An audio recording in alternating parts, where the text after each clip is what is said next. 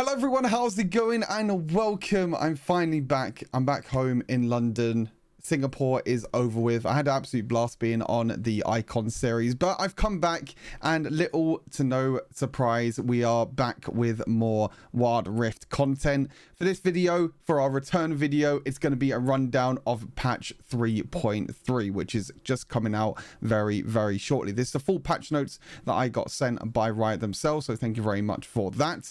And yeah, there's 39 pages in total, so I don't want to long hold this intro too much because it's a very, very long patch. There's a lot of good changes, a lot of exciting changes, a lot of tests that will need to be done as well throughout the whole week or throughout the whole day of patch 3.3. But anyway, let's get into it. So first up, we got a couple of new things. ARAM progress tracker, kind of cool, I guess. You'll be able to show off your snowballing skills to all your friends with the ARAM progression tracker. Up your snowball score by playing ARAMs throughout the season. New and exclusive season titles. Once the season concludes, based on your performance throughout, ARAM seasons will follow the same schedule as ranked seasons. So hey, more chances to get more rewards and more grinding and more content. Love it, love it, love it. We've got a new control system as well. Okay, so basically how this works, I gave it a little bit of a read. So basically, this is for abilities that you just need to tap once. Once you tap once, normally the ability gets activated once you lift your thumb off of the screen, but now there's a new thing called on button down, which means that the abilities will be activated once the button, or once your thumb or finger is on the button itself, so once you press it down. So this is something like Nasus Q, for example. So for example, at the moment with Nasus first ability, when you press the first ability, the ability will activate when you lift the thumb back up. Now it will be on button down, so that will be as soon as you press the ability, that will activate the ability. So it means that it will be a little bit quicker than before. So I think this is quite nice. I might try out this control. This might help on a few things, but on some abilities it'll be basically completely useless. Right, so the first new thing that is coming is Elemental Rift. They're finally going to be adding it to all modes, normal modes, ranked modes, obviously legend mode, which is going to be coming out very soon. I'll talk to that in a second, about that in a second. But yeah, this is pretty crazy. This is pretty crazy. So there's a lot of new things, obviously, with Elemental Rift. I'll probably do a separate video, just like a basic rundown of everything you need to know about Elemental Rift. But just a few things. So the map will now be changing after the first dragon has been taken down. So Infernal Dragon that burns the bushes away. Mountain Dragon causes walls and terrain to rise. And Ocean Dragon allows more honey fruit and bushes. So this is really, really interesting. So the map's going to be changing. Obviously, there's no Cloud Dragon now as well. Cloud Dragon is still removed from when they were testing Elemental Rift before, so there's going to be no more Cloud Dragon, but this is basically after the first dragon, which is quite cool. Older dragons also flying, blah blah blah. Yeah, you got a older dragon basically. You're basically going to be getting 3 elemental dragons, and then after 3 elemental dragons it will be the elder dragon, and I'll explain all the stats now. So these are all the dragon buffs. So you got elemental dragons. So Infernal Dragon is 4, 8, 12 attack damage and ability power. Mountain Dragon is 6+3, 12+6, blah blah blah, armor and magic resist. Ocean is 3, 6 and 9 missing health regeneration. So basically how it works is the more dragons you slain, the bigger the buffs will get. So for example, say you get the first dragon, which is the Infernal Dragon, happy days, you're going to be getting 4% of the attack damage and ability power, which is not that much, but it's quite a bit. Then the second dragon spawn, say for example it's a mountain dragon. If you then slain that dragon as well, that will buff Infernal Dragon up to 8%, and it will also buff the mountain dragon, so you'll completely skip past the first one on mountain dragon and it will go straight up to the second one, which is going to be the 12 plus 6%. Then if the ocean dragon comes and you kill that one as well, that means that all 3 of them will go up to their third stack. So you'll get 12% attack damage ability power, 18 plus 9 armor and magic resist, and then 9% missing health regeneration. So the more dragons you get, the more the stats will stack up. So I think, for example, I think the early game, the dragons are not going to be that good. Like the first dragon is not going to be that good, but the second and the third dragon, I think is going to be highly contested, because you can't be giving 2 or 3 dragons for free basically over to an enemy team, because these stats that you get are absolutely insane. I think the first dragon is like, okay, you can give the first dragon for free, that's fine, but the second and third dragon is a no-go. You can't give that over free. I think the damage is way too much. So Elder Dragon is completely changing now. So it's changing into like a burn effect with true damage. So it still keeps the true damage, but it doesn't get buffed by how many dragons you have now. So all the dragons that you get beforehand doesn't affect the Elder Dragon damage. Elder Dragon is now a completely new dragon, and it has its own effects when it actually spawns. Kind of like Baron in a way, because it works similar to Baron now as well. So Elder Dragon damaging an enemy causes them to burn for 60 true damage over per second, over 3 seconds, dealing damage with champions abilities, base attacks, or Elder Dragons burn to an enemy below 15%, instantly execute them. That's the important part, is that this execute is going to be insanely strong. So anything that gets below 15%, if you use an ability, a basic attack, or anything like that, then you'll be able to execute them straight away. They'll just die at 15% health. So 15% of their health will basically become useless. I think this is the big part about Elder Dragon. Obviously, this also excludes shields, so shields won't make any difference, but will not affect the targets who are invulnerable or immune to death, which is pretty cool. So like Tryndamere, for example, I think this is basically what they mean by invulnerable or immune to death. So Tryndamere, if he activates his ultimate, then you can't execute him with Elder Dragon. But as soon as the Elder Dragon stops and you just land one auto attack, he's dead basically. When Elder Dragon is slain, it will grant a buff to all living members on your team, lasting for 2 minutes or until the champion dies. So this is a big thing that's changed as well. So Elder Dragon is now not a permanent buff for the rest of the game. It basically works a little bit like Baron buff. So Baron buff, you get the buff. If you die, you lose the buff, and then the buff wears off after a period of time. This is now the exact same with Elder Dragon as well, which means that there's going to be multiple Elder Dragons spawning across the game, which is quite nice. Means for more comeback ability. Possibly, maybe. Depends how many dragons I guess you have as well, because these dragon stats are absolutely disgusting. Right, dragon spawning. So they've changed the dragon spawning ever so slightly. The dragon's first spawn is now at 5 minutes, which is still exactly the same as what it is on live. Spawning non-repeating random elemental dragons, so you can't have the same dragon over and over again. So if it's Infernal Dragon, you kill that, then it's either Mountain or Ocean Dragon as the next dragon, basically. Dragons respawn now every 5 minutes instead of 4 minutes. So this is another big change. At the moment, it's 5 minutes for the first dragon, and then 4 minutes straight afterwards, or every 4 minutes afterwards. But now it's going to be 5 minutes, which might slow the game down ever so slightly. But also, it might allow for more plays during the laning phase. Not during laning phase, sorry, during laning. And, you know, in terms of rotating around the map. First dragon death changes the terrain to the corresponding dragon's element. So for example, if you slain the Elder Dragon as the first dragon, whatever the next dragon is, so Mounting or Ocean Dragon, that is the dragon that will change the rift. So if you get like Mounting or Ocean, that means it'll be the walls on a Honey Throw. If the first dragon is Ocean Dragon, when you destroy that one, it will be either Infernal or Mountain that will spawn the terrain. So just to clarify a few things there. So Elder Dragon. The Elder Dragon spawns at 20 minutes into the game. Now, another interesting thing is now Elemental Dragons despawn at 19 minutes. So it's kind of the same with Rift Herald. So Rift Herald, after a period of time, it just despawns. It just disappears. This is now the same for Elemental Dragon. So there was a thing in game at the moment where if you don't kill an Elemental Dragon, it will basically stay there until it dies. And then the Elder Dragon will spawn afterwards. But now, the Elemental Dragon despawns at 90 minutes, and the Elder Dragon will always spawn at 20 minutes into the game. This means that kind of frame that you have like after 20 minutes, so like some games at the moment are lasting, you know, up until like 25 minutes, that will be shortened by quite a lot now, because the Elder Dragon 100% will spawn at 20 minutes, and it's a big buff. There'll be a big team fight around that dragon, someone will take that buff, and the game will end pretty much instantly. So I think that's what they're trying to do. They're trying to, them long games that are going very, very long, like 20-30 minutes, they will be shortened by quite a lot. So yeah, the despawn part is quite nice. If Elemental Dragon would respawn after 19 minutes, it will not spawn, and is instead replaced by Elder Dragon spawn at 20 minutes. So this means that there are points of the game where there might only be 2 dragons that spawn. So there might only be an Infernal Dragon, and then there might be a big delay until the Mountain Dragon, and then the Mountain Dragon will spawn, maybe because the first dragon did get taken down for a long time. Then the Mountain Dragon will spawn, and then it will be too late, and then the Ocean Dragon just won't spawn at all.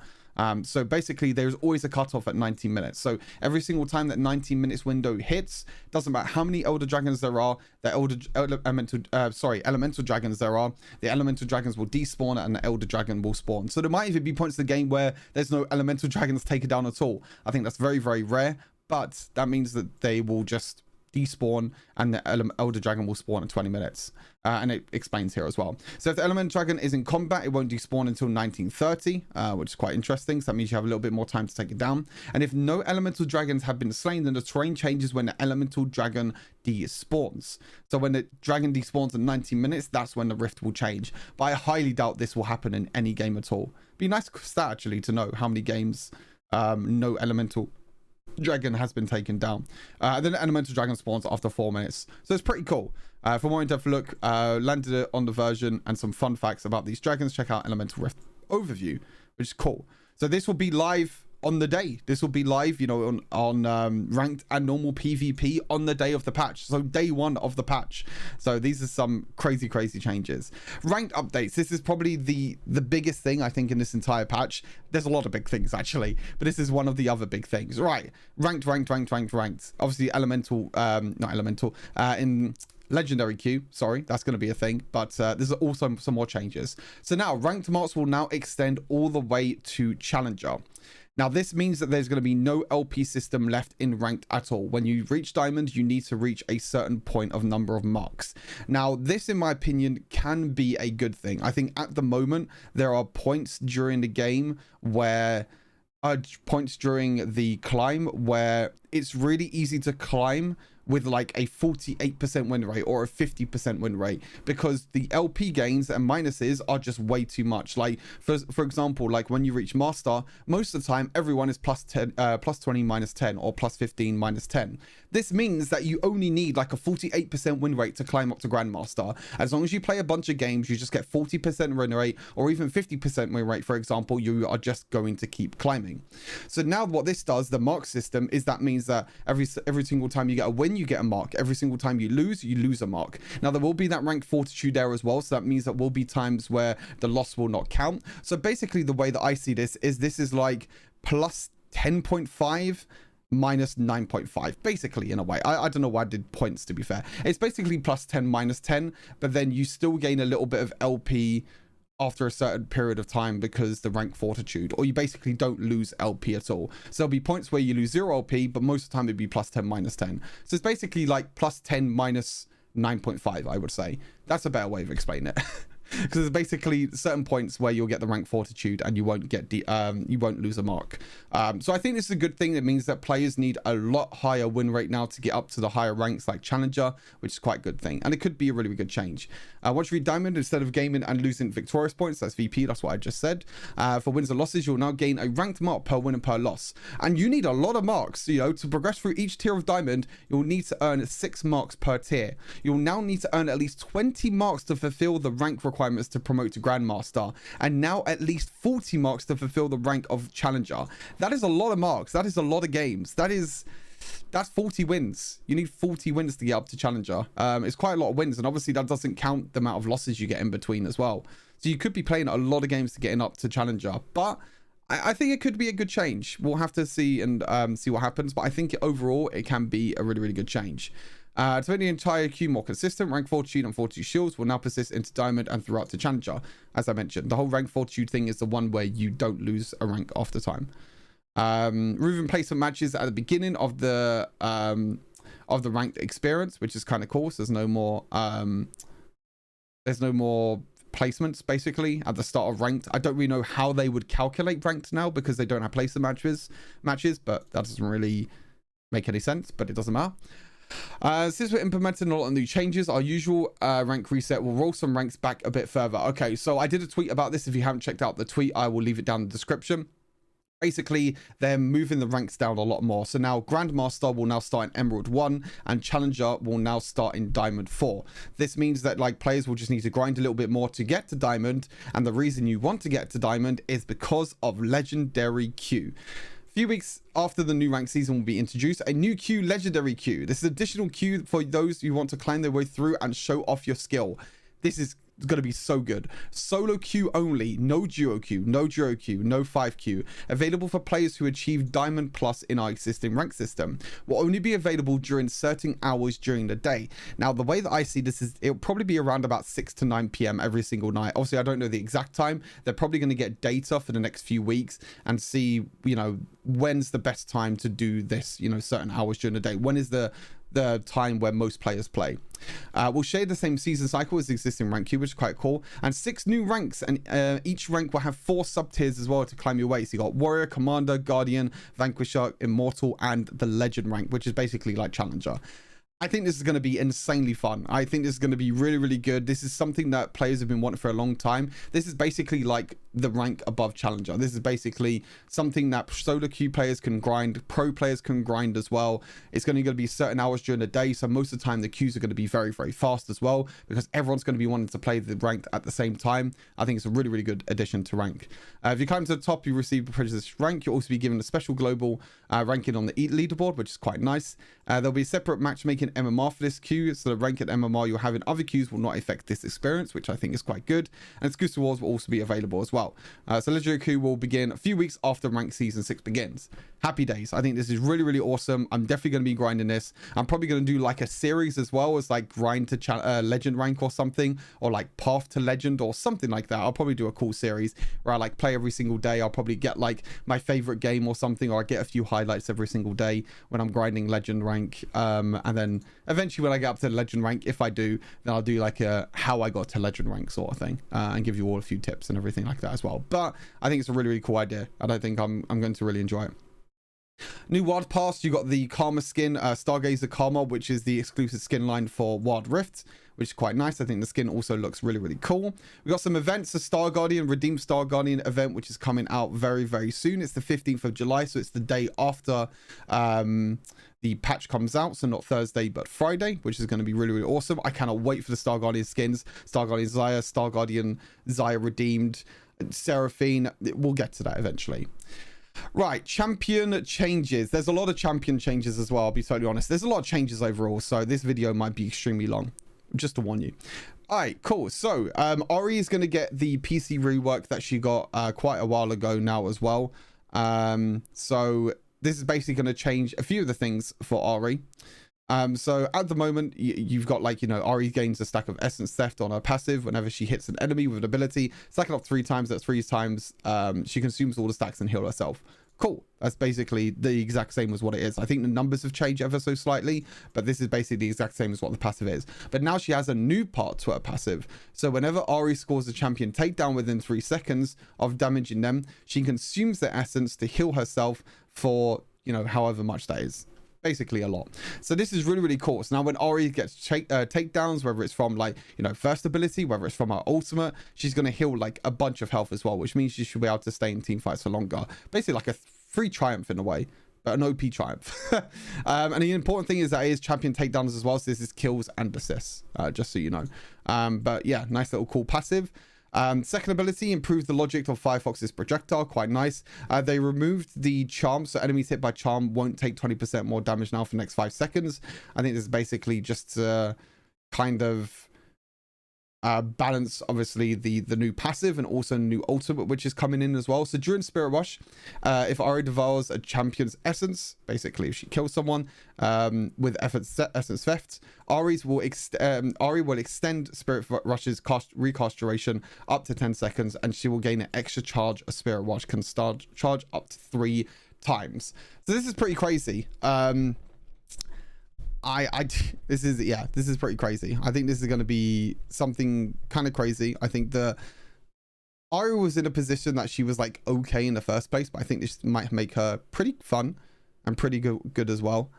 We'll have to see how she works, but this is basically the changes that happened to PC League. So for those who play PC League, you probably have already seen this already, and you probably already played with this already. But for those who are new, this is basically going to make Ahri a little bit cooler to play, because she has like the reset ability with her ultimate. It kind of has like a new reset, and she also can heal a lot as well when you get a champion takedown. So you still have the same one-shot potential. You still have everything else as well. Obviously your charm won't be able to deal as much, and your other abilities won't be able to deal as much, but Ahri will still be completely fine. But I think the whole like recast duration going up to 10%, and also her being able to store it up to 3 more times as well is quite nice. And the initial duration is like 12 seconds. So yeah, pretty cool. So you need to make sure you use your ultimate and try and get a kill, basically, to get the resets. Right, Annie. Annie's getting a little bit of nerf, but also a little bit of a buff at the same time. Her movement speed is going down. Her armor per level is going down. Honestly, this doesn't mean anything at all, if anything at all. They're basically making it so AD assassins or bruisers can get on top of her very, very easily, and she's a little bit squishier to them because Annie is a very safe champion laner phase. You can use your first ability, farm at range, and you can't really get punished at all. So making it so she can get maybe a little bit punished if she gets caught out. The first ability, the projectile speed and explosion radius, is getting increased as it's going from 15 to 18 and then 0.75 to 1. I don't think this really means too much, to be honest with you. This will help her a lot in the laning phase, I feel like.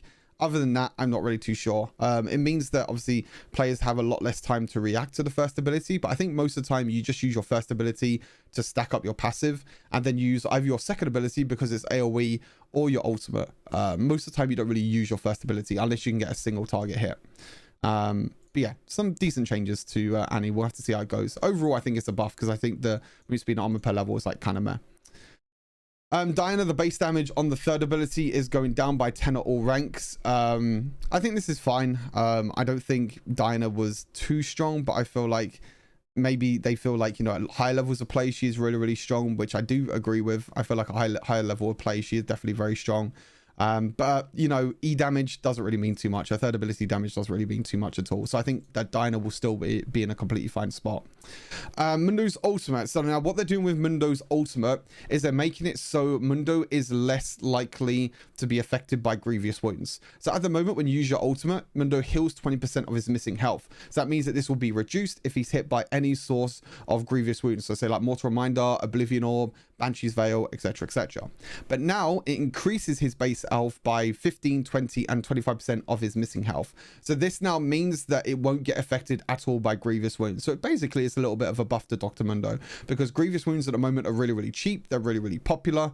So yeah, making sure that Dr. Mundo can still heal up and still increase his base health without being affected by any grievous wounds. So I think it's a really, really nice change. Galio changing a few things as well. Galio was kind of popular still in icons.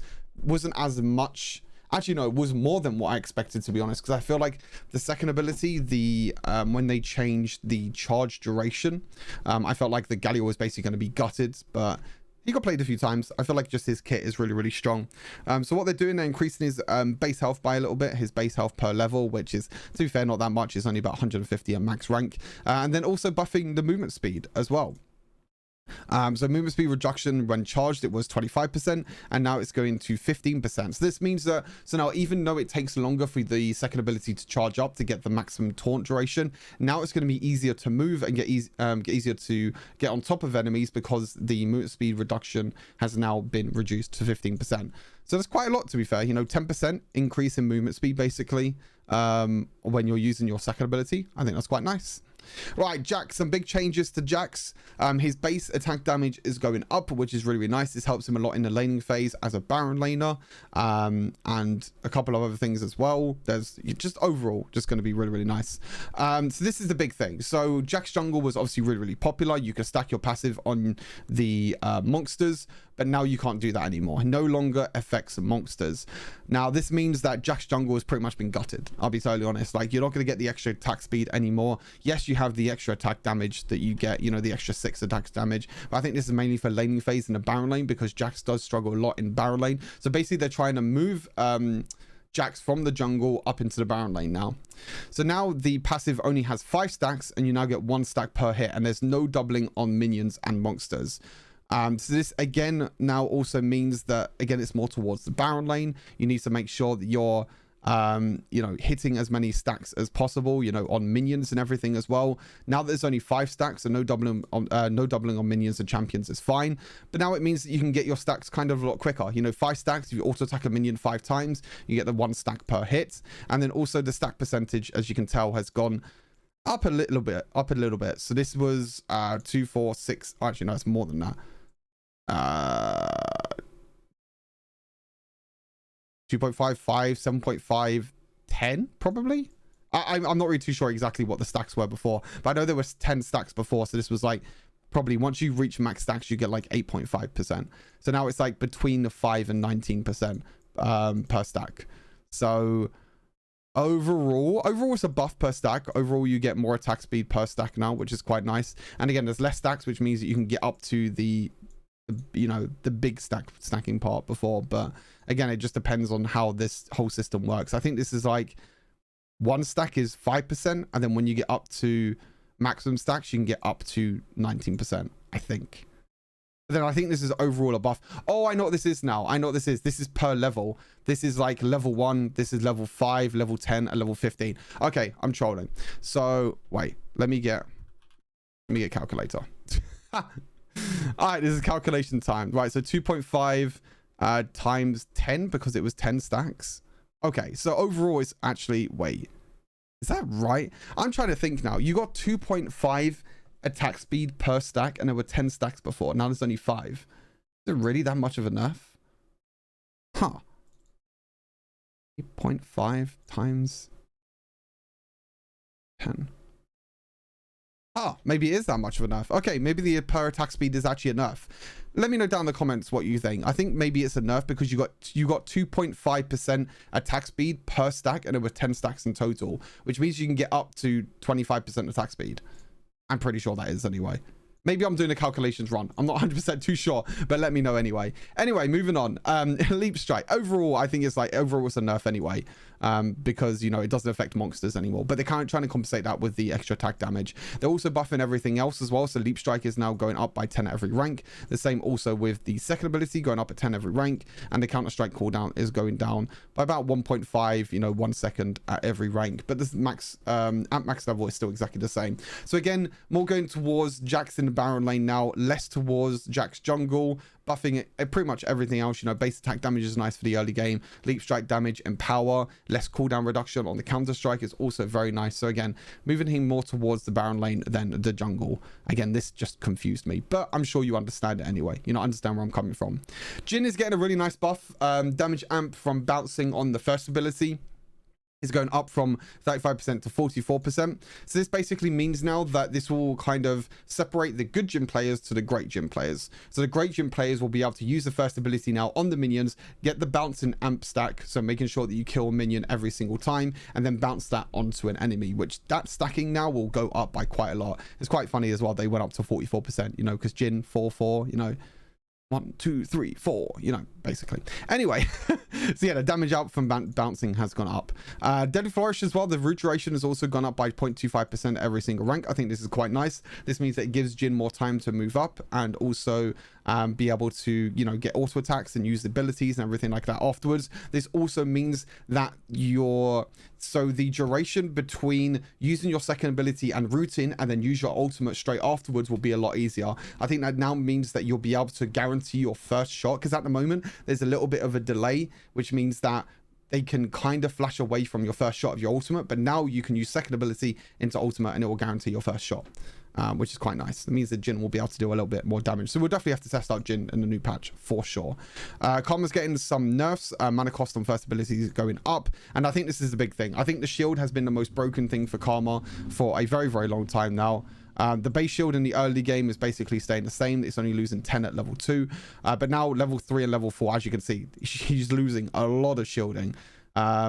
She's losing 30 shield at max rank with the base version and also the empowered version, which is a lot. And I mean, the empowered version is losing 30 at every single rank. So it's absolutely crazy, you know, how they're nerfing Karma. This obviously nerfs support Karma by quite a lot. Maybe max first ability now on support Karma, but we'll have to see. We'll have to test it and see how things go. Again, they're buffing Leona, so the range of the third ability, so Zenith Blade, is going up by 0.5, and the Solar Flare is also going up by 1. So basically, the Solar Flare range is going up by pretty much, you know, 10%. That was loud. That was a motorbike. That's going up by 10%, which is quite a lot. So now the only thing that I really feel like with this change is that if you use the Solar Flare, so the ultimate at max range, this means that if you land the slow part, you might not be able to walk up and use Zenith Blade in time. Because the range of the Solar Flare has gone up by 10% and the Zenith Blade has only gone up by, what's that, like 0.5%. It means that that duration now that you have between using your ultimate and then walking up and trying to follow up with your Zenith Blade, it might be slightly off now. We'll have to test it. We'll have to see how it is. But it might be slightly off now, depending on, you know, how fast Leona will be with, you know, in terms of movement speed and everything as well.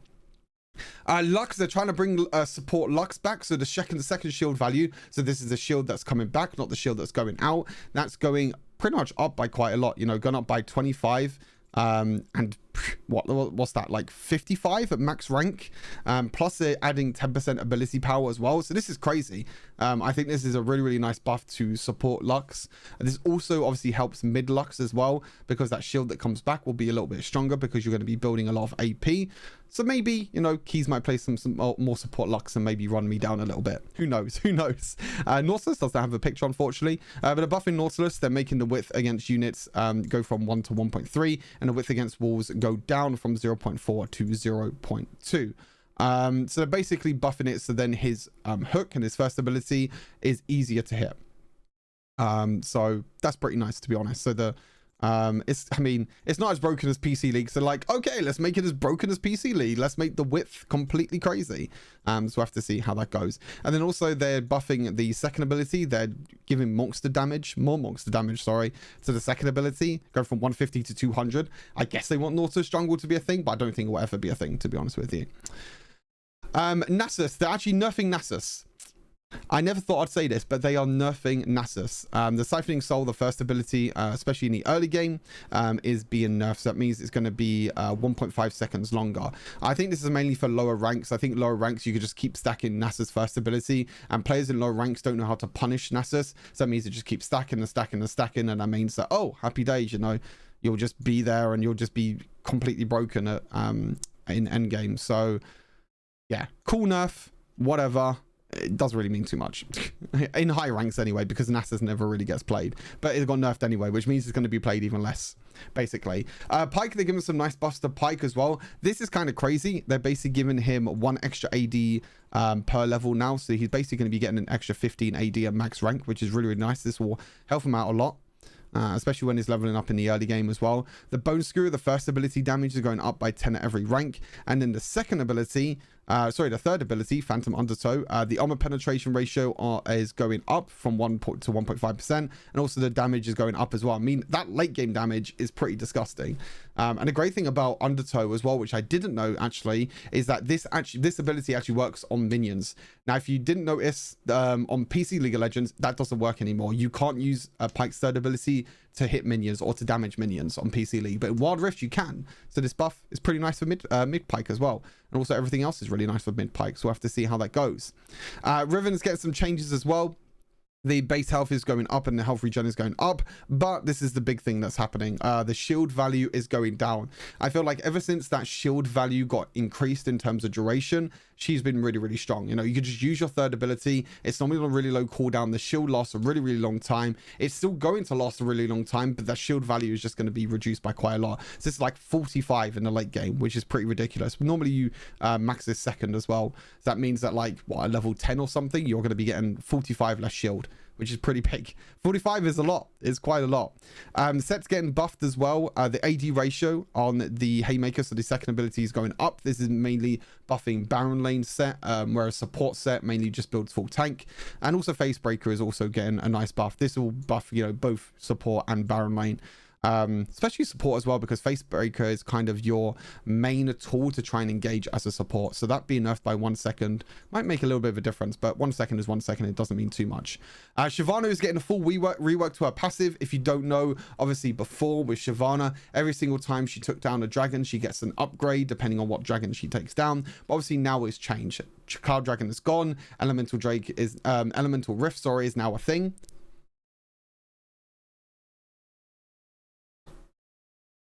Sorry, just had to take a drink, which means that they're now changing Shyvana's passive. I'm not really too sure how to think about this, because the thing is that, okay, so now, you know, large monsters, champion takedowns, epic monsters now gain stack of your passive. For every 100 stacks, the passive, Shyvana evolves one of her abilities in order from first to last. Now, this wording is very confusing. I don't know if this means that you can pick which ability you upgrade, or if it means from first to last. That means it's just going to always evolve first ability, then second ability, then third ability, which I think will be pretty bad. I also don't know if this means that maybe the ability that you max first will be the ability that will evolve first. Again, the wording is very, very off, and I'm not really too sure about it, but I believe that it's going to be basically where they say, when they say first to last, that means first ability, second ability, third ability. That's the way that I see it. So basically with Shyvana now, you're not always relying on your dragon taking. Now dragon taking still obviously gives you 35 stacks, which is a lot of stacks, so I still recommend going for dragon with Shyvana. But now you can go like a full clear route if you want to. You can go for champion takedowns if you want to. You can go for Rift Herald if you want to. But obviously it's not going to give you as many stacks. So now basically what happens is that in the early game, you're probably not going to be able to get your first upgrade of first dragon. This will nerf Shyvana early game by quite a lot.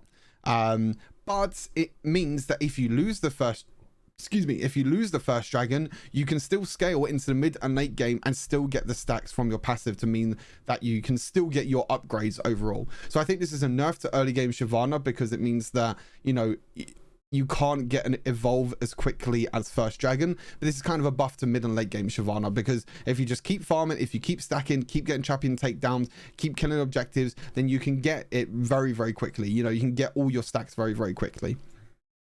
Which means that you can get, you know, 300 stacks in total to get all 3 of your abilities upgraded. So again, I think this is overall, I don't know, I don't really like this change overall for Shyvana. I feel like the stacks are very, very low, but we'll see how it goes. We'll see how things are. Syndra's getting a nerf, 40 health, and also the duration on ultimate is going down from 25 to 18 seconds, which is pretty big, to be honest with you. That is a pretty big nerf in terms of duration. Means that you just can't use it and you just can't keep running around, basically. And also base health will basically affect his lane and phase by quite a lot. Teemo is getting his PC rework as well. I think Teemo is going to be really obnoxious and really annoying this patch. The first ability, Blinding Dart, the range is going from 5 to 5.5. You have Guerrilla Warfare, which is the invisibility part.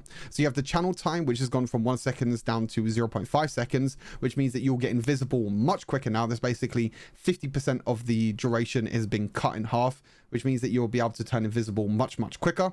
The cooldown, though, has been increased, and the mana cost has also been increased. But I think the big thing is the channeling time, which means that you can turn invisible very, very quickly. Now, this is the big part. This is the big thing with Teemo now. So the explosion radius has gone down, but now you have a new thing with Teemo's ultimate. Teemo now places a mushroom trap that detonates when an enemy steps on it, dealing magic damage over time and slowing a target hit by 30%.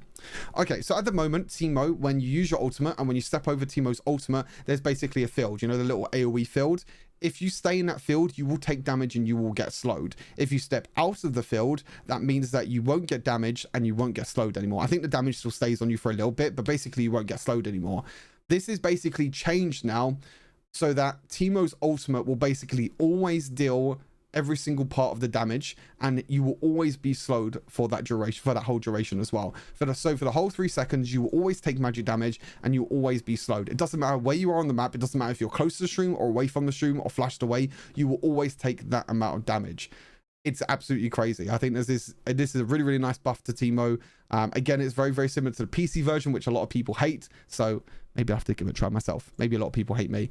This ability no longer creates a puddle, and the damage over time effect persists on the enemy champion that triggers the mushroom trap, disregarding their position. There you go. Basically what I just explained. I could have just read that, but I think I explained it a bit more simpler.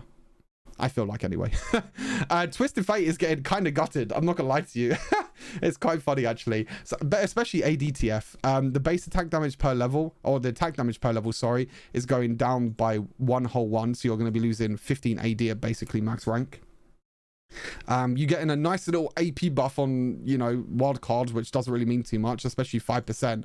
But this is a big one. Stacked decks, you're now losing, what's that? 15% at max rank on stacked decks, which is absolutely crazy. You know, the extra attack speed that you get now. I mean, this was still really good for APTF as well, because this helps you with your wave clear. It helps you with trading as well, especially because sometimes you go like electrocute, sometimes you go fleet footwork. This just helps with that as well.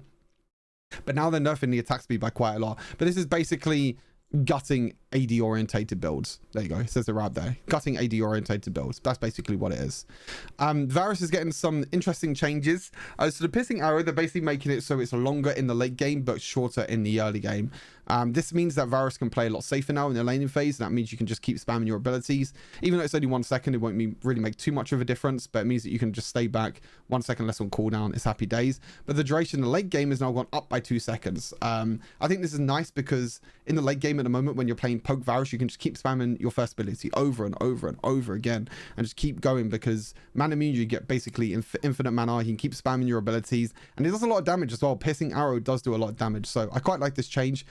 Whether I think this will do that much, I'm not really too sure. We'll have to wait and find out. But the interesting part is Blighted Quiver, which is the on-hit ability of the second ability. So the damage is going up from, 8, 12, 16, 20 to now 12, 16, 20, and 24. So it's going up by 4 at every single rank. And then the extra damage you get for 6 seconds after using Blighted Quiver has also gone up by, basically 6 every rank. Yeah, I think it's 6 every rank. Oh, 6, 6. Oh, no, 6, 8.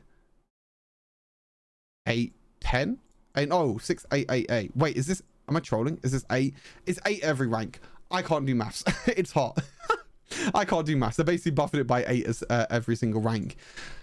This might make AD Varus be a thing, like maybe some sort of on-hit build or maybe some sort of Storm Racer build. The problem is that this game doesn't have Ginsu's Range Blade. Ginsu's Range Blade is what makes on-hit Varus really, really good. They're trying so hard to make on-hit Varus a thing, or like AD Varus a thing, where it's less reliant on your abilities, but I don't think it'll be enough. I'll be totally honest with you. Veigar, health per level is going down, armor per level is going down. I think this basically does nothing at all. He's not losing too much at all. He's losing 10 health per level, which is basically nothing, and he's losing 0.5 per level. Again, I don't think this will do too much. I think Veigar is still in a bit of a fine spot at the moment. Wukong's second ability, this is a lot bigger of a buff than what people think. I'll be totally honest with you. Your second ability can now go over walls. I don't think people realize how big of a buff this is. This means that you can go over dragon walls, you can go over Baron Pit, you can go over like walls in the lane as well. This is a crazy buff, and the crazy thing is that they didn't nerf anything else about Wukong. I feel like Wukong is in a really strong spot right now. Divine Sunderer, Black Cleaver, Grasping Undying, which is also getting changed this patch as well, which is very interesting. I honestly think Wukong is going to be insanely strong. But yeah, being able to go over the walls again is the PC change that they're moving over to Wild Rift, which is quite nice. And the last one is Xin Zhao. I think they saw that Long was performing way too well on Xin Zhao. So yeah, cool. Talon Strike has gone up by 1 second. All right, champion ultimate cooldown adjustments. So they mentioned this briefly in the patch preview, I'm pretty sure.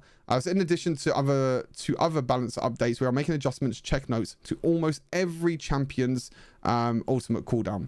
So we're going to steal a page from Lee's PC books and also spare our mental and skip writing context for every champion. It makes sense, yeah. I mean, there's every single champion. Every single champion is basically losing ultimate. You can pause the video whenever you want to see what percentage of what champions you want to look at. Some champions are more than others, depending on how strong I think the ultimate is and depending on what the ultimate does at the moment. For example, Ahri's is going down by 15 seconds, which is pretty big. But for example, Ashe's is going only down by 5 seconds at every rank, because Ashe's ultimate is a lot more impactful than Ahri's ultimate. Same with Radiant Soul, only 10 seconds. Blitzcrank 10 seconds. Again, this is basically every single champion, but like some champions are a lot less than others. So again, if you want to pause it at some point, if you want to have a look at the champion that you want to look at, then please do so now. I'm just scrolling through this ever so slowly so you can see the champions that you want to see. But it's basically every single champion. I'm not going to go through every single one because it takes quite a long time. I'm currently looking at AD champions. Jhin goes down by 15%. Jinx's goes down by 10%. Kai'Sa's goes down by 20 seconds. I keep saying percent. Sorry, I meant 15 seconds, 10 seconds, and Kai'Sa's 20 seconds. Wow, Jesus. That's going to be a bit crazy.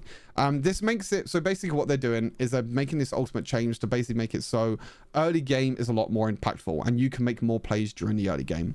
At the moment, there are very long cooldowns of the ultimate, which means that sometimes you get a little bit scared of using your ultimate during the laning phase because you want to save it for that first dragon, which I thought was going to get kind of fixed because the first dragon was spawning at 5 minutes instead of 4 minutes, but apparently people are still doing the same thing. So what this does This basically means that laning phase is going to be a lot more deadlier now. There's going to be a lot more ultimates being used during laning phase, and laning phase is going to be a lot more impactful overall, which is quite nice. I quite like it. I like that laning phase is now going to be a more important thing in Wild Rift. And I'm not just saying that because of these ultimate changes. I'm also saying that because there's other changes happening, which I'll get to as well. But hopefully you've seen all of these. It's interesting that they've added Sion here as well, even though Sion is not in the game yet. And that's another thing as well, is that there's no new champions coming this patch. So a little bit sad, but yeah, these are all the other champions you can see here. Zai is going down by 15 seconds as well. I think it's nice. I think all of these are really, really nice. So yeah, hopefully you've read through all of these. And yeah, if I missed any, then let me know, or you can just read the patch notes yourself and scroll back up or go back in time if you want to. So because of this, there also changes some of the ultimate durations. Now, this is a big nerf. I'll be totally honest with you. Like, some of these are huge nerfs. Renekton's Dominus going down by 3 seconds, the duration of the ultimate, is a pretty big nerf. If you don't know when to use your ultimate for Renekton, the Fury, so your passive, keeps stacking over time. It keeps going up and up and up. This means that you won't be able to, you won't be able to stack it up as much. You won't be able to use your ultimate as early as before.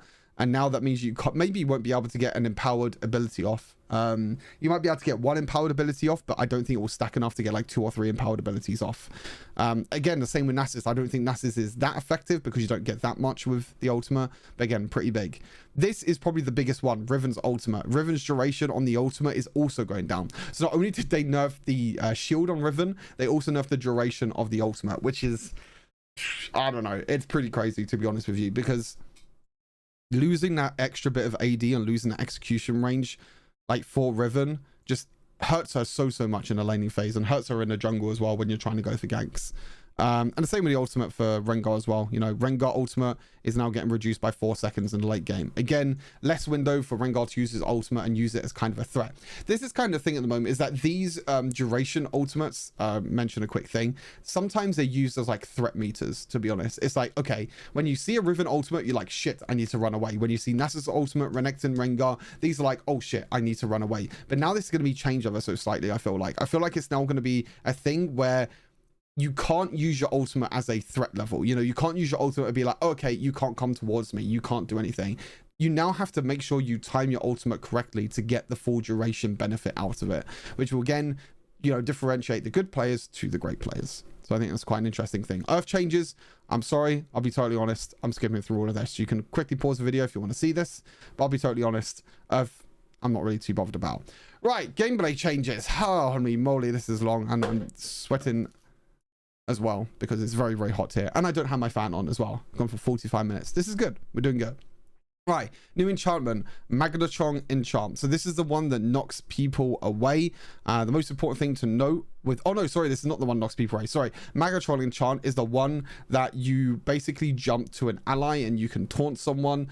This is really good for a lot of champions. I'm not going to read all of this. I'll just basically read what it does. So what it does is it targets a nearby ally within 5 range to dash to them, and then it taunts the closest ally enemy within 2 range for a second. This is really good for champions like Brom, Leona, Rakan, Alistar, Thresh. There's a lot of champions this will work really, really well on, especially like the tanks. I think the tanks this will work a lot well on. Obviously the enchanters, they don't want to be dashing and taunting and dying basically.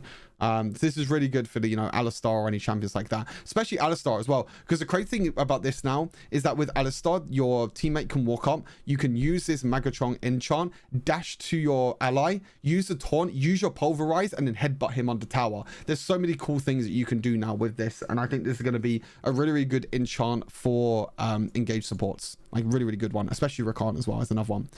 This effect can only taunt 1 enemy per activation, which is fine. Only affects champions, which is all good. Taunt duration is reduced by 0.5. The affected enemy has been taunted by Magnetron in the last 10 seconds. So that basically stops people from stacking the Magnetron enchant. And it costs 800 gold. Like, it costs a lot, but I think it's really, really good for how much it costs. I think 800 gold is good. I think the enchant is very, very strong, and I think it'll be used on a lot of engaged supports. Repulsor enchant. This is the one that knocks enemies away. I'll be totally honest, I don't think this is very good at all. Basically what it does, it knocks enemies within 3.5 range to 3.5 range away from the caster. I don't think this will mean too much. I think there'll be a very, very rare occasion where this will be very helpful if you're against champions like Wukong, Lee Sin, Rengar, Kha'Zix, you know, all these champions that are trying to dash on top of you or trying to jump on top of you, if you time this ability correctly or time the enchant correctly, you could basically negate all the damage and you can negate the champion jumping onto you. But the problem is that that doesn't mean that they can use, you know, another dashing ability. That doesn't mean that they can quickly walk up to you afterwards and just auto attack you anyway, because 3.5 range is not a lot. It really isn't a lot. And to be honest, you have to be really, really quick with this as well, because 3.5 range that they need to be in to knock back is, again, another crazy thing. Obviously, Yasuo is not allowed to use his ultimate off the repulsor. That would be fucking broken, and it costs 500 gold. Veil Enchant is a nice, interesting one for supports. I feel like Enchanter supports will use this very, very well. However, I do feel like Locket and Redemption is still stronger than Veil. But if there's a lot of crowd control, then this can be another cool thing. This could be a thing where you can use your support item, you know, in support enchant, and use it to help your ADC and react to your ADC as well. But again, this is all to do with communication, because you need to have a lot of synergy with, like, you know, duo queue partners or something like that. I don't think this would be really good during solo queue, because say for example a dark binding comes your way, most of the time as an ADC you'll flash away, but obviously with the Veil Enchant it will completely block that. But I mean, yeah, it's a difficult one, because yeah, in solo queue I don't think this would be good, but I think this would be really good if you play like dual lane in solo queue, because that means that you can, the support can communicate to the ADC and be like, okay, I'm Veil Enchant up, you can play aggressive, you can go forward, because I can block the next enemy ability. So I think that's quite nice. Right, Booster Swiftness is changing, and I think this is a really, really nice change. I think that this will be used on a lot of AD carries, maybe a lot of other champions as well. So the footwear movement speed has been reduced from 50 down to 40. They've now reduced the movement speed slows by 30%, but this is a new thing. It now has the Rage passive, which is the exact same as Phage. So you're basically getting a free Phage passive off of your boots. So when you attack a target, you gain 30 movement speed for a few seconds, but it does not stack with the Rage passive from Phage or Varus upgrades. So it's basically a unique passive, which means that it won't keep on stacking with other Phages. This is really good for AD carries, you know, getting 30 movement speed for 2 seconds, and there's also not a cooldown as well. So that means that if you keep attacking over and over again, you're constantly going to be getting 30 movement speed the whole time, which I think is really good for like Vayne, really good for Xayah, really good for Jinx, really good for Caitlyn. You know, there's loads of AD carries that will benefit a lot from movement speed. You can use this for peeling, you can also use this for going forward, and also, you know, chasing down enemies as well. I'm definitely going to test this out quite a lot. I feel like this is definitely going to be a really, really good boost, especially because, you know, Gluttonous Greaves is like kind of meh, because you have Hunter Titan, you don't really need the physical vamp, and defense boosts are okay at times, but most of the time they're pretty meh. Fimbulwinter, the shield ranged modifier, has been reduced from 70 to 50. Apparently this is broken. Apparently people were playing like Senna Seraphine with double Fimbulwinter, and apparently this was a broken thing, so they're basically reducing that to make sure that's not going to be abused anymore. Gargoyle Stoneplate is being completely changed. You now don't get extra max health. You now gain a shield that absorbs 30% of your maximum health that decays over 4 seconds. The shield value increases by 100% if there are 3 or more enemies nearby, and you deal 40% less for 3 seconds. So you still have the damage reduction, but now you just basically gain a shield instead of gaining maximum health. I'm not really too sure. I feel like this is a nerf overall, because I feel like Stoneplate was actually quite strong. So I feel like overall this might be a nerf, but it depends how much shield you get.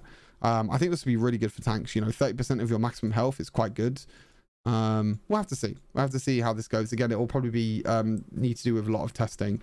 Protobelt is going up from 500 to 800, which I think is really, really nice. I think that Protobelt was very, very strong, and I did need to go up. You know, 800 gold I think is a fair price for Hextech now.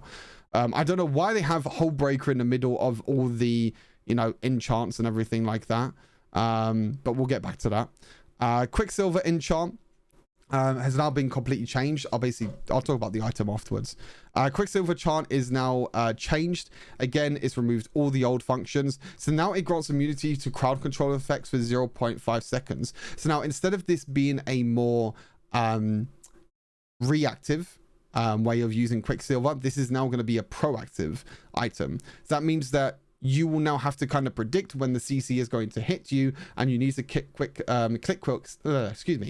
Quicksilver to make sure you are immune to that crowd control, which is quite nice. There's this thing in Vainglory, I think I talked to Keys Next Scoundrel a little bit about this, where there's like this parry shield or something, which kind of works the exact same way as Quicksilver. So maybe that's where they got their duration inspiration from.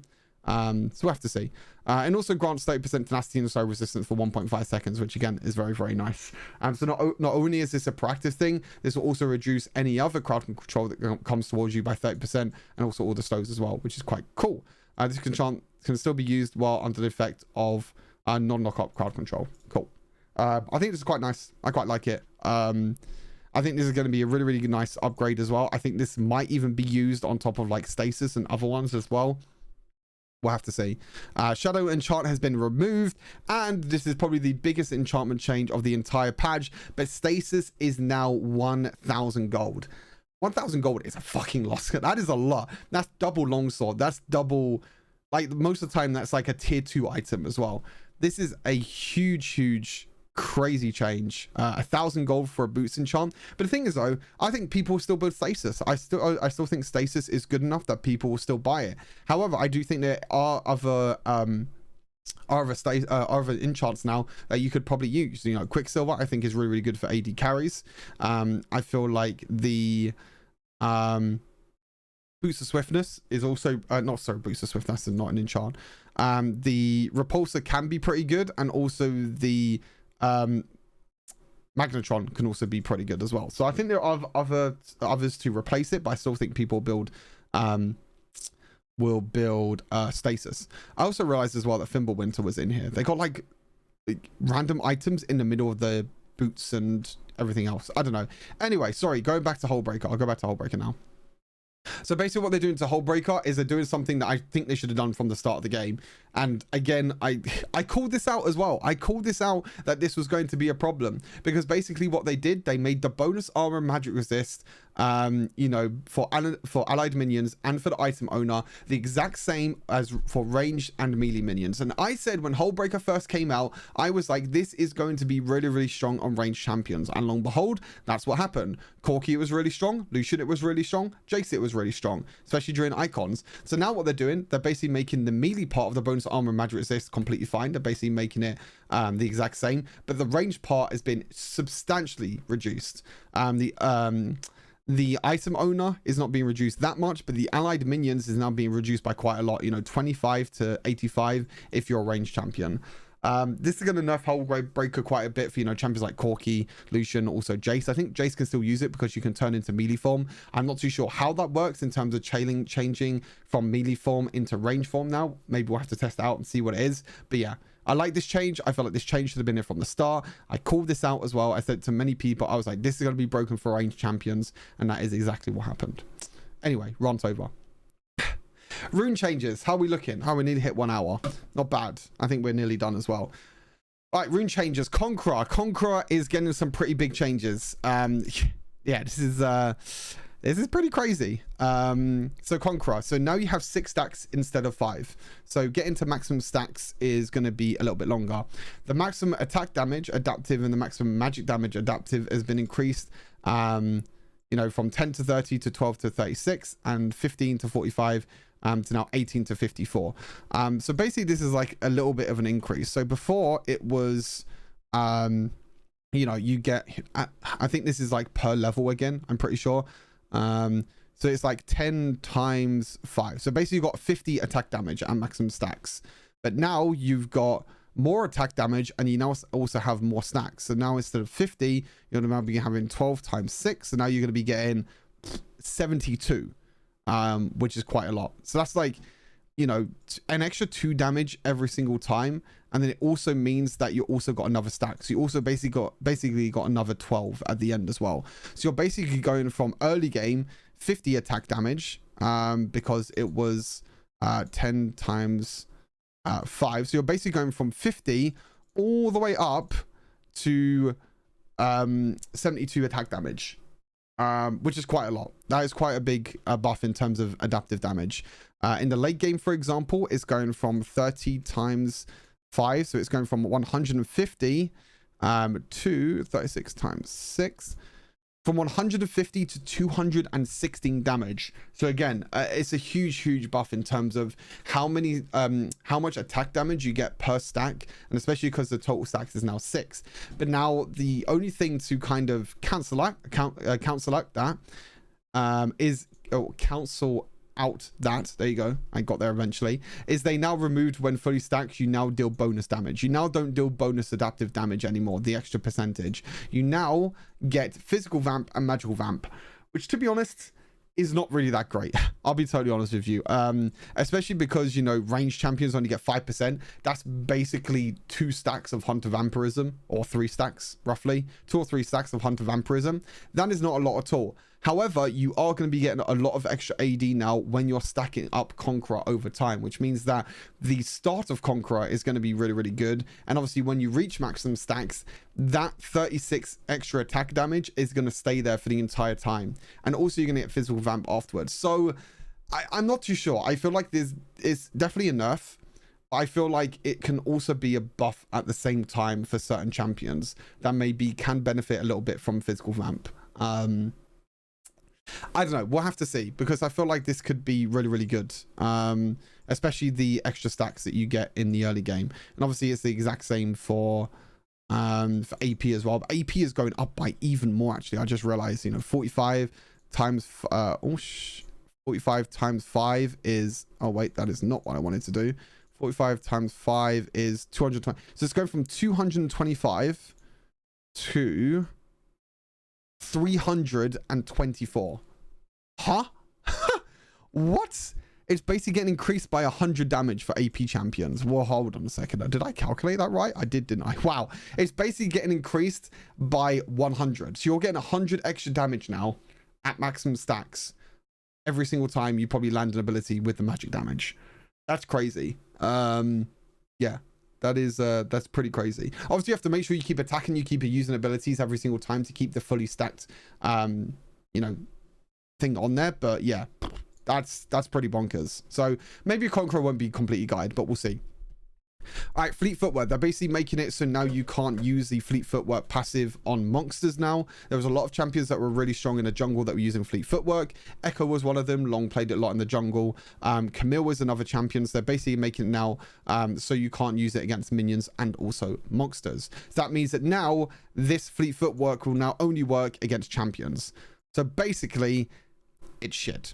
All right, moving on. Grasp the Undying. Oh my god, Grasp the Undying changes are absolutely fucking crazy. Okay, I think this is going to be like the go-to, you know, maybe rune now in terms of Baron lane, maybe in terms of mid lane as well. I think this is going to be really, really good. Maybe some AD carries. We'll have to see. Maybe like tank Ezreal could be a thing with this. But basically what they're doing is they're adding attack damage percentage and also ability power percentage to the Grasp on the Undying passive. I think this is crazy. The range mod is obviously going down from 50% down to 40%. But one champion that stands out to me like straight away is Senna. Senna, I think this is going to be absolutely insane. You know what the crazy thing is? Divine Sunderer didn't get nerfed. Black Cleaver didn't get nerfed. Senna as a champion didn't get nerfed.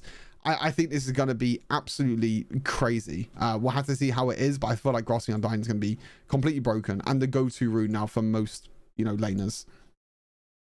Kraken Slayer is getting a buff. Happy days. All right, it's gone from on attack effects to now on hit effects. This is huge. This means now it'll work on Ezreal's Mystic Shot. It will work on Fiora's Lunge. It will work on, I believe, this will have to get tested, obviously, but I believe on hit effects is like Yasuo first ability, Irelia first ability.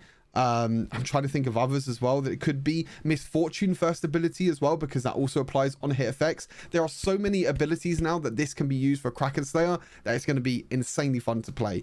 And also the base damage has also been increased during the late game. So again, this is kind of the same thing that I was saying, is that Kraken Slayer was really good during the early game, but it fell off a lot as the late game went on. I explained this during Icons, but now this is going to be really, really good. The late game scaling is going to be a little bit more. You get 14 extra true damage now in the late game. It will now get applied from on hit effects. I'm really excited to try out Kraken Slayer. I'll be totally honest. I think this is going to be insane. Like I said, there are a lot of champions with on hit effects. Again, the main ones that come to mind, you know, Yasuo, Misfortune, and Irelia first ability. Like all of them come to mind, and I feel like it's going to be insanely strong. Brutal, they're basically gutting Brutal. You now don't gain bonus attack damage or ability power. You now your basic attack still bonus damage on hit against champions, adaptive damage. This is basically shit now. I'll be totally honest with you. This is not going to be good at all. This basically means that like anyone in the jungle now will not go brutal. You have to go another rune now. And the reason for that is because, you know, every single jungler was going brutal for the extra damage, for the extra clear every single time. But now that will have to change. But to compensate that, as you can see, there's some jungle changes. Junglers typically opted into brutal in order to improve their clear speed. Since we're taking away how optimal it is to build the rune to increase your clear speed, but we just don't want to nerf junglers overall clear speed, so we're buffing the burn damage on junglers get from smite and reducing early jungle camp health in order to get similar clear speed to what it was seen prior. So now you get 50 damage per 5 seconds on your smite. Your grump is now going to be less in health but more health per level. Same with red and same with blue buff. So this means that in the early game it will be a bit easier to clear away grump, blue buff and red buff, but as the game goes on it's going to get stronger and stronger. So, you know, health per level, we're gone from 120 to 140. So as the game goes on, as the red buff, grump and blue buff go up in level, it will just get stronger and stronger, which is pretty cool. Right, turret changes. This is all just for turret changes, by the way. This is all just for turret changes. This is another insane change. Don't know how this is going to change. Basically, the game is changing completely. I feel like I'm going to be playing a new game tomorrow. Right, awesome. Here we go. Early game stats bonuses. Okay, there's a lot of things to read through, so I'm probably just going to read through it all and then kind of explain my opinion. So, from 0 to 4 minutes, the mid and barrel lane turrets gained 90 armor and 90 magic resist. This was basically to stop lane swaps and to stop stop early game pushes and everything like that. They're changing it now, so now it's only from 0 to 3 minutes, and now the mid and barrel lane towers only gain 50 armor and magic resist. And now from 0 to 4 minutes, the dragon lane tower will now no longer gain armor and magic resist after the first 4 minutes, which is a pretty big change. Again, though, I have to read everything else because, okay, this might seem like a buff overall, and this might seem like it's really easy to take towers now in the early game, but there's a lot of other things to keep in mind now. So let's take a look at this. So turret platings. So all turrets have platings. So now only the outer towers will have platings. So this means that now the second tier towers and the third tier towers will now no longer have platings like the inhibitor towers. This means it will be really, really easy now to take down the towers from tier 2 and tier 3 towers. I'm talking about the inner towers and the inhibitor towers. The turret plating duration is gone from permanent from now 0 to 6.5 minutes. So that's basically just after dragon. This means that you can get a lot more gold now from towers in the game. Oh no, sorry, this doesn't, sorry, I'm completely thinking of something else. That's another change. Sorry. This means that you won't be able to get the extra gold, you know, after 6.5 minutes into the game. This also means that now people will now prioritize the first towers probably a lot more in the early game because you want to try and get the extra gold. You want to try and get the turret platings before they go down in 6.5 minutes. They're basically making this game like PC League. They're basically making the changes like PC League, and you'll see why as the time goes on. So plating numbers, 3 platings equally distributed per tower is now 5 platings equally distributed per tower. Again, this is going to make it insanely good. This means that turret platings in general will be easier to take down. This means that like during laning phase, if you get a solo queue, if you get a duo queue in a dragon lane, this means that you can walk up to the tower now and probably take a turret plating. And the most important thing is now your turret platings is going to be staying the exact same gold. So there's a lot of things to run through for this. So okay, it's going to be they're gonna have a lot armor, they're gonna have less armor and less magic resist. Okay, you know, they're gonna have more platings, which means that you'll be able to get more gold, but now the turret platings are not gonna be for the whole game. So this means that first, you know, 0 to 6 minutes basically means now that I think Rift Herald is going to be 100% contested, because getting them turret platings is going to be absolutely huge. Making sure you get the most amount of gold as possible from the turret platings in every single lane is going to be very important. So I think the first Dragon of Rift Herald fight is going to be 100% Rift Herald. Then after that, it will probably be dragons after the turret platings fall down. But again, we'll have to see how that works. But that is in my opinion. Turret destruction gold, the global gold has been unchanged, but the local gold, as you can see, has been buffed in every single role, especially the inner tower. So the inner tower means that split pushing is probably still going to be a thing, because you get 350 local gold for getting an inner tower, which is the tier 2 tower, which is disgusting. That is a lot of gold. That's a 200 gold increase. This also means that the turrets being taken down in the outer towers is also going to again give you more gold. So again, this is heading more towards focusing on Rift Herald, focusing on getting tower platings, and focusing on getting that first tower of the game. Again, because first tower of the game will give you extra gold. Right, this is the kind of new thing now. Plating defenses. So the outer turrets gain bonus armor and mag resist based on health stasis. When the health is no more than 180, 60, 40, 20%, respectively, the turret will gain 40, 80, 60, 120 armor mag resist. Okay, so what does this mean? So this basically means at the start of the game, the turret is going to have 100% health. Cool, happy days. That means that the turret is going to gain an extra 40 armor and magic resist. Now, this is obviously going to be for the first 6.5 minutes of the game when turret plating is a thing. So now you scroll back up and you think to yourself, wait, so the armor and magic resist has been reduced here and the time has been reduced from 0 to 3 minutes. You know, the extra 50 armor and magic resist. However, the towers are going to still get 40 armor and magic resist anyway. So now it feels like this change here where they've, reduced the armor and magic resist from 90 down to 50. It's like, oh, that's a little bit interesting. So now that means that this armor and magic resist is like, okay, whatever.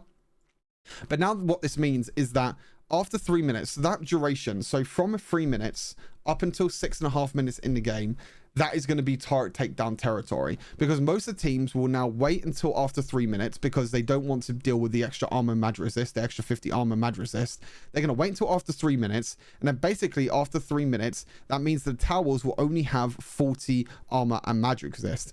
But now the problem is that if you try and focus on that same one tower and you try and take down one tower very, very quickly, if it drops down to below 20%, the armor and magic resist will go up to 240, which makes it a lot more difficult now to take down the towers in general. So basically what this means now, this means that it's basically going to be all about turret plates. It's not going to be about taking down the towers itself. It's going to be whatever team takes down the most turret platings during the game, or during the first 6.5 minutes. That will determine how much extra gold you'll be getting. Again, 150 gold per plating is a lot of gold, per 5 as well. Again, I need a calculator to do the maths. Because that is, what is that? That is local gold. So 150 per plate, times that by 5. So every tower will give 750 gold now. Times that by 3 because it's every other outer tower. So that is potential 2,250 gold, which is crazy compared to, how it was before, because before it was, 150 times that by 3 times that by 3 again. So it's going from 1,350 gold of potential gold that you could be getting from towers to now 2,250. So that's potentially an extra 1,000 gold that you can get as a team. But again, the problem is that you're not going to be able, it's not permanent. You're not going to be able to guarantee get that 1,350 gold if you take all 3 out as towers. You have to take the towers before 3.5 minutes to benefit from the turret platings. So again, that's a small explanation now, but that's the way I feel like the game is going to go towards. Again, Rift Herald early game is going to be insanely strong. Early game siege protection. So now what this means is that this is the whole 2 champions, 3 champions, 4 champions thing. They're basically moving it from within the first 3 minutes of the game start to now within the first 6.5 minutes. Again, kind of making sure it goes down with the same tower platings. I have no idea what I just pressed, but it's fine. But the extra armor and magic resist has gone down by a lot when you group together, especially 3 champions. 3 champions, I think, is the big one. If you have 3 champions nearby, that extra 50 armor and magic resist is not going to be a lot. That extra 50 armor and magic resist, as soon as that 3 minutes hits, where you lose that 50 armor and mag resist, that's basically the same as like 3 champions being there. So this basically means now that I feel like, anyway, especially because the bot lane tower has been removed, like the extra 40 armor and mag resist is now not on the bot lane tower. So now bot lane tower only has 40 armor and mag resist, 40, 80, 160, 240. This means that bot lane tower is probably going to be the main priority in the entire game. If 3 champions are nearby, 250 armor mag resist and now down to 50 armor mag resist, this is a big change. Again, like I said, I think this is going to mean that bot lane tower is going to be the main priority for junglers. This means that most of the time you're going to use Rift Herald down the bot lane because it is the easier tower to take. And also that this means that you can group 3 champions. So you can group the ADC, the support, and the jungler down in bot lane. And that means the tower is only going to gain 50 armor mag resist instead of the 250. So overall, that's the turret changes. That's my opinions on the turret changes. Again, I feel like that these are great changes overall. I like that it's more focused on the laning phase now and less focused on the mid and the late game. I love it. I feel like, you know, laning phase now feels more impactful. The ultimate cooldowns are going lower. The turret platings are now up to 5. You know, dragons are now delayed even more. I really like it. Overall, I think these are amazing changes for the game. Trinkets and ward, they're basically making it so use of trinket will cause all different wards of the trinket to despawn. So basically at the moment in the game, everyone buys pink wards at the start of the game. They put them down to basically protect themselves from any sort of invades, or they put it defensively in bushes. They go back to base, they get a red trinket, and they can basically use that red trinket throughout the entire game. And that pink ward, if it stays there for the entire game, it will stay there for an entire game. Whether you use your red trinket or not, whether you put down a yellow ward or not, it doesn't matter. So now they're making it so using a yellow trinket or red trinket will now despawn the pink ward. So now this means that you can't start pink ward at the start of the game, put the free ward down and change to yellow or red trinket, which is nice. I quite like this change. I think this change is very, very good because the pink wards were kind of annoying. It was basically like free vision at the end of the day. And then I don't even know what this is. Enchantment switch system. I don't know what this is. Prove it as possible. Oh, this is the enchantment swaps. Okay, this is awesome. This is again a really, really nice change. So now with enchantments, basically before what you had to do is you had to sell your boots, buy the boots again, and buy the enchantment again. But now what you'll be able to do is you'll be able to swap the enchantment for a little bit of extra gold. So for example, if you have Mercury Treads, you can now directly swap this from Mercury Treads Glory by purchasing the glorious enchant in the swap shop, which is awesome. So, you know, the cost of swapping, the cost to buy the same boots and a new enchant is, you know, the gain of selling your boots and enchantments. So the extra money that you had to purchase anyway from selling your boots and regaining and rebuying your boots is the exact same thing. This is awesome. I love this. I think this is amazing. The shop will calculate this value for the player and display the cost of swapping, which is awesome. So it's basically like an automated system now. This is going to make swapping trinkets and swapping to TP especially much quicker. And it's amazing. I love it. After swapping, new enchantment will be placed in a cooldown state where cooldown equals 20% of the enchantment's max cooldown versus 100% of the enchantment's current cooldown. Okay, that's interesting. Okay, so this also, okay, completely ignore what I just said about teleport. This makes it so the teleport enchant and quickly swapping to teleport enchant will probably not be a thing anymore. Holy shit. I just realized that. Okay, cool. So this means that if you swap your enchantment now, that means that enchantment will be instantly on a cooldown. That means that when people respawn, they can't quickly teleport to Elder Dragon or Baron or something like that. Okay, that's a pretty huge change as well. Holy shit.